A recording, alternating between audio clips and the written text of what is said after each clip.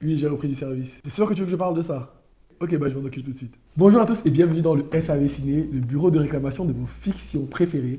C'est simple, ici vous nous appelez et vous nous dites de quel film, série, acteur, actrice, réalisateur vous souhaitez qu'on parle. Et ensemble, en faisant leur fiche technique, on décide si le produit mérite sa place en rayon ou doit-il revenir en magasin pour inspection.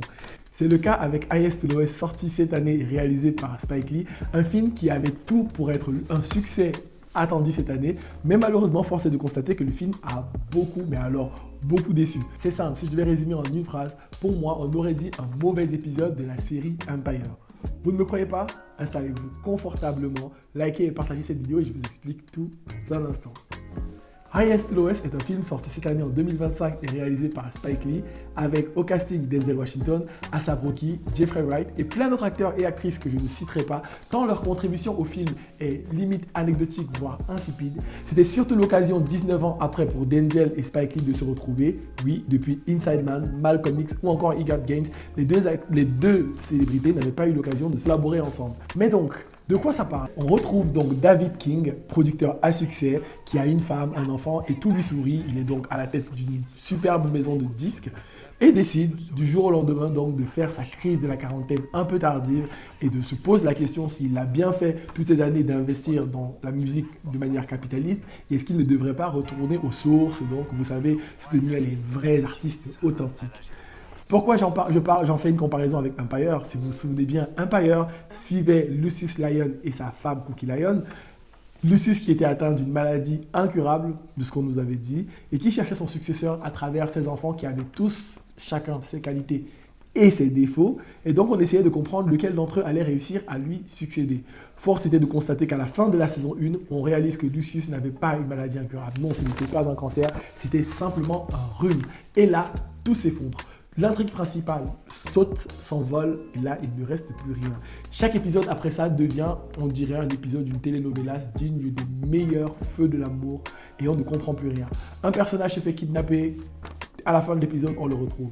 Un personnage meurt, à la fin de l'épisode, finalement, il n'était pas mort. Et ce sentiment-là qu'on retrouve avec Highest to Lowest, dont je ne vous spoile pas, mais le fils se fait donc kidnapper très tôt dans le film, et puis tour de magie, à la fin du film, il est retrouvé. Qu'est-ce qui m'a déçu? La liste est longue, hein. Je pourrais parler du jeu d'acteur qui est plutôt moyen. Et oui, en dehors de Denzel et Jeffrey Wright, je l'adore. Ce mec, depuis Westworld, il est dans le dernier Batman, mais aussi dans un American Fiction sur Prime Video. Je trouve que cet acteur est plutôt doué, il est plutôt bon et crédible. Je l'ai vraiment aimé dans ce rôle d'oncle qui finalement lui aussi perd son fils et donc qui arrive à nous prendre au trip. Ouais, je trouve qu'il est vraiment bon dans ce rôle. La femme de Denzel, elle perd son fils, elle n'arrive pas à nous transmettre l'émotion de cette perte.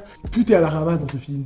La mise en scène, les transitions, on aurait presque dit un court-métrage fait par un créatif un peu shooté. Alors évidemment, d'autres personnes vont crier au génie tant le film arrivait à remettre toute la filmographie de Spike Lee, apparemment, oui, moi je ne le savais pas. Toutes ses influences, tous les films qu'il a pu réaliser avant se retrouver là-dedans.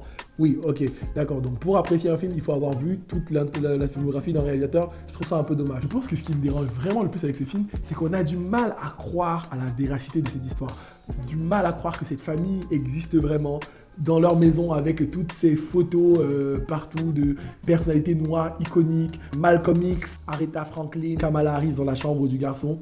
Quel adolescent n'a pas de poster de ses acteurs préférés, de ses rappeurs ou même de ses sportifs préférés? Non, lui, il a une photo de Kamala Harris dans sa chambre. Pour moi, le seul aspect véritablement cool du film, c'est une scène dans laquelle ASAP Rocky, que j'avais complètement oublié au casting, oui, fait une battle de rap avec Denzel. Parce que c'est pas dit, on s'en rend plutôt compte dans les dialogues qu'ils sont en réalité en train de se clasher en rap. Je trouve que c'était plutôt bien, c'était le côté sympa du film, mais ça s'arrête là.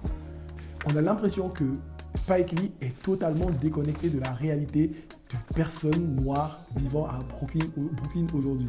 Ça me fait penser au syndrome Jamel Debbouze. Vous auriez pu dire Omar Sy ou autres, ces gens qui ont grandi en banlieue, qui ont connu une certaine détresse et qui, à travers elle, ont réussi à s'en sortir et à devenir qui ils sont aujourd'hui, mais qui aujourd'hui, en essayant de faire des films qui partent de la banlieue, ça sonne faux, ça sonne vide, parce qu'il faut le reconnaître, ce n'est plus leur quotidien, ils ne font plus partie de ce monde-là, et à essayer de vouloir continuer de raconter ces histoires avec autant de maladresse, ça ne fonctionne pas. Spike Lee est riche aujourd'hui, il vit une vie aisée à travers ses plateaux, ses apparitions, ses collaborations. C'est très difficile pour lui d'arriver à nous remontrer ce que c'est que d'être dans le jeune du ghetto. Donc voilà, C'est pour ça que j'attribue à ce film la note de 1,5 sur 5. Si vous avez un avis meilleur, je réfléchirai et peut-être rehausserai la note du film si vous arrivez à me convaincre. Ou à l'inverse, si vous pensez que j'ai été trop généreux et que ce film ne mérite même pas la note de 1,5, bah dites-le moi aussi en commentaire.